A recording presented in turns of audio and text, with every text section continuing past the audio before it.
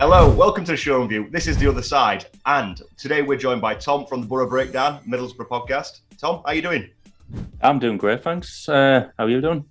Not doing too bad. Missing the football, I imagine you're the same. Been enjoying the Euros. Enjoyed a nice little change from watching Boro every week, to be honest. The last season kind of wasn't that entertaining, so the Euros have filled in a little bit of a gap there. So, give us a bit of insight. What were it like for you last season? I know, obviously, didn't really finish where you wanted to finish. How would you explain the football you watched last season?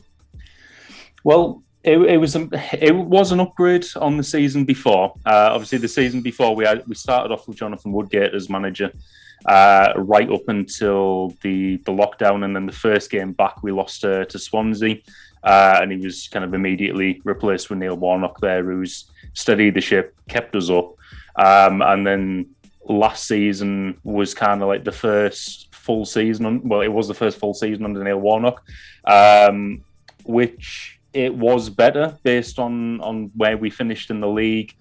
Just the football at times wasn't great to watch. I think we were quite limited last season with the players we had and what we were able to bring in.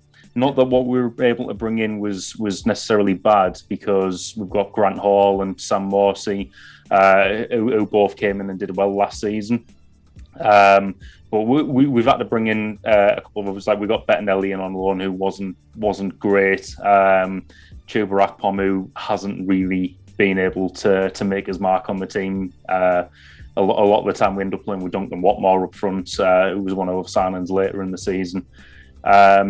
So it was just, I'm hoping last season was kind of a transitional season. Warnock's actually said this post-season he's wanting to bring about 9 or 10 in for next season. So fingers crossed, if we actually do manage that. We've only got one at the moment. But if we actually do manage that, we should hopefully be looking at a better, more entertaining season this year. Told Colin, somebody we know a lot about, and 10, 12 players in and out in one pre-season from one season to the next isn't, how do I explain it? It's not something that would be surprising with him in charge. How have you found Warnock? How has he adapted to life at Boro? I think most people have actually quite liked him.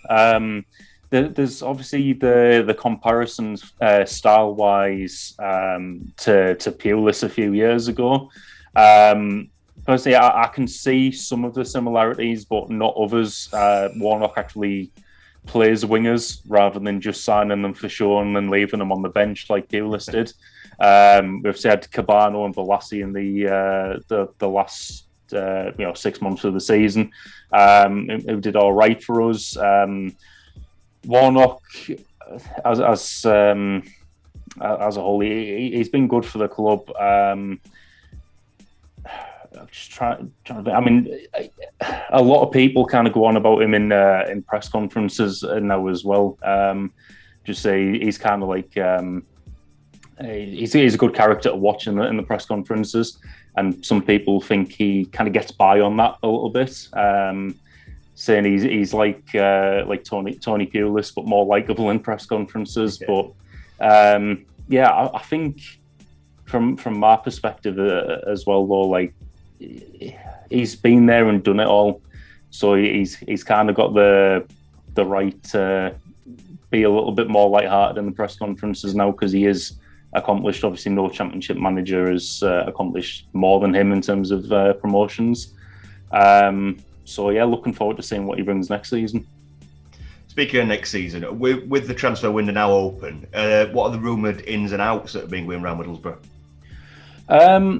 Well, we've apparently already missed out on a striker, which seems about right for us, because we missed out on Kiefer Moore last season, who was obviously doing well for himself at the Euros. Now we apparently missed out on James Collins, who's went to Cardiff, I believe.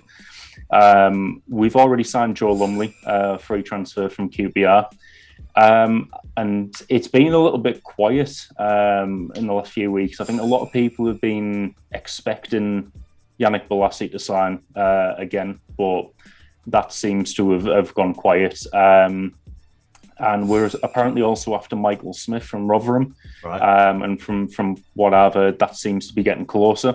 I read something today that said based on the close relationship between the two managers of the clubs and the fact that he's apparently from the northeast and he wants to come back up here, that is kind of likely to happen.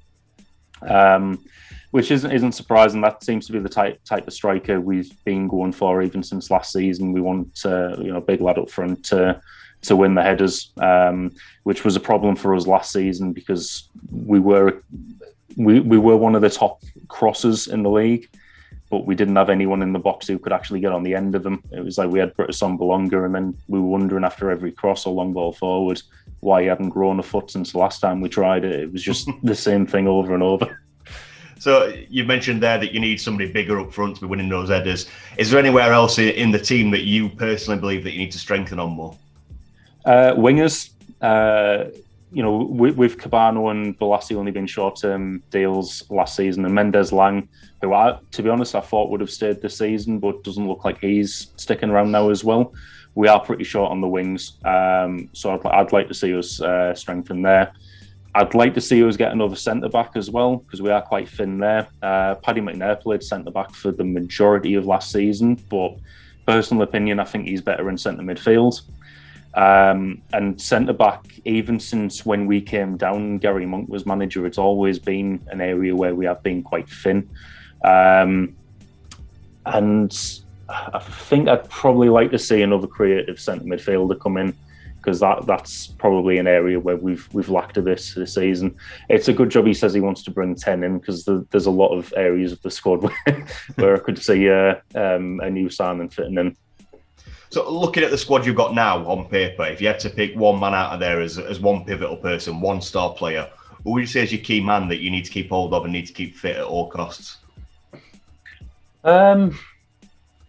Probably Dale Fry, our centre-back. I had him as my player of the season on our end of season review show for the podcast last season. A lot of people disagreed and said Paddy McNair, but Dale Fry for me has come on so much since Neil Warnock's taken over as manager. Even going back to when we went up and Karanka was manager, that was Dale Fry's kind of first season.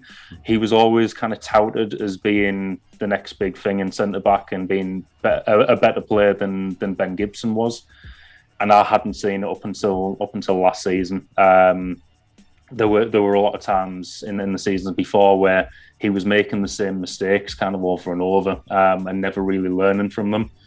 And I said at the final review show of the season that I got interrupted by lockdown, I was hoping that it would be a similar effect to what we had with Gibson and Ayala under Karanka, where they weren't great before he came in, but when the right manager came in, he could coach them and drill them into the type of defender that they could be. And I think Warnock's done that with Fry. I think it's a case of the right manager at the right time for Dale Fry. He was colossus at the back for us at times last season. So I definitely want to keep him fit. He's had a couple of injury problems towards the end of the season. I don't know if you would have saw it, but there was kind of like a UFC kick in our game against Blackburn, which somehow didn't get a red card, which took him out for the rest of that game. He was back the next game, so just kind of shows the toughness that he has.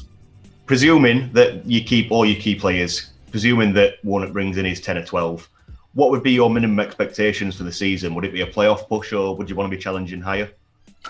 For me, at least a playoff push. The noise is kind of coming out of the club. You're talking about February, March, coincidentally when the season ticket push was on, was that we were going to try and push for promotion this season. That was what Warnock wanted to do.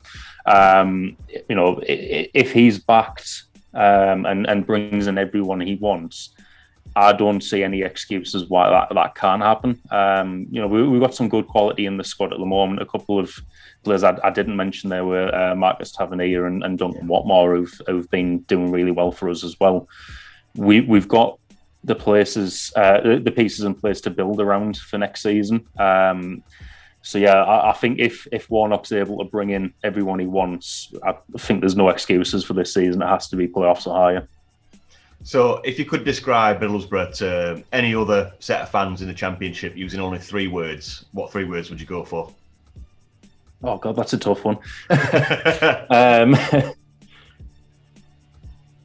just said nothing but crosses for last season. That seems to be our focus going forward. So if we get a big lad up front this season, it might actually work. I like that a lot. So before we let you go, let us know where we can find you on social media and tell us a bit more about the Boro Breakdown. Okay, so the Boro Breakdown, just make sure I get the right for us here. I think it's just at Boro Breakdown. So yeah, we're a Boro podcast that's been going for a few seasons now. It started off with just our host Johnny recording it by himself, and eventually he brought 2 others in. Dana, who's still on the podcast, and Elliot, who I joined in place of earlier this season. It was a bit of a January transfer, that one. But yeah, it's a weekly show. We tend to release it every Sunday, just reviewing the game on the Saturday and then looking ahead to the next week. And it's all your match day chatter in a pod. It's looking at the talking points from every week, and we've got some big plans in place for this season. To be able to grow further, looking at doing a little bit more on YouTube and stuff like that. So things looking exciting. Lovely stuff. We look forward to seeing more from you. Thanks again for coming on. Really appreciate it. No problem. And good luck for this season, apart from when you play us, obviously. Yeah, and, you too. Same here. And hopefully Colin can get the best out of you. Thanks very much. Yeah, fingers crossed.